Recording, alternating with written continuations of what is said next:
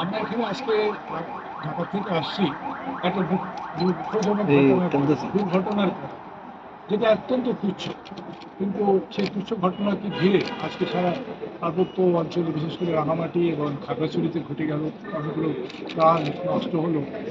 সেটা অত্যন্ত দুঃখজনক।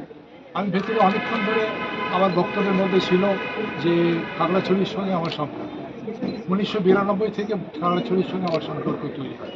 বৈশাখীতে আসছিলাম, তোমাদের যে অনেকগুলো তরকারি দিয়ে একটা সবজি দিয়ে তরকারি হয় পাঁচন, সেই পাঁচন খেয়ে গেছি বৈশাখী অনুষ্ঠানে।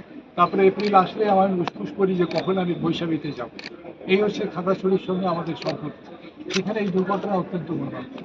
আমাদের আবেদন ছিল, দাবি ছিল যে আমরা খাগড়াছড়িকে সেই সুন্দর পরিবেশ আবার ফিরিয়ে আনবো।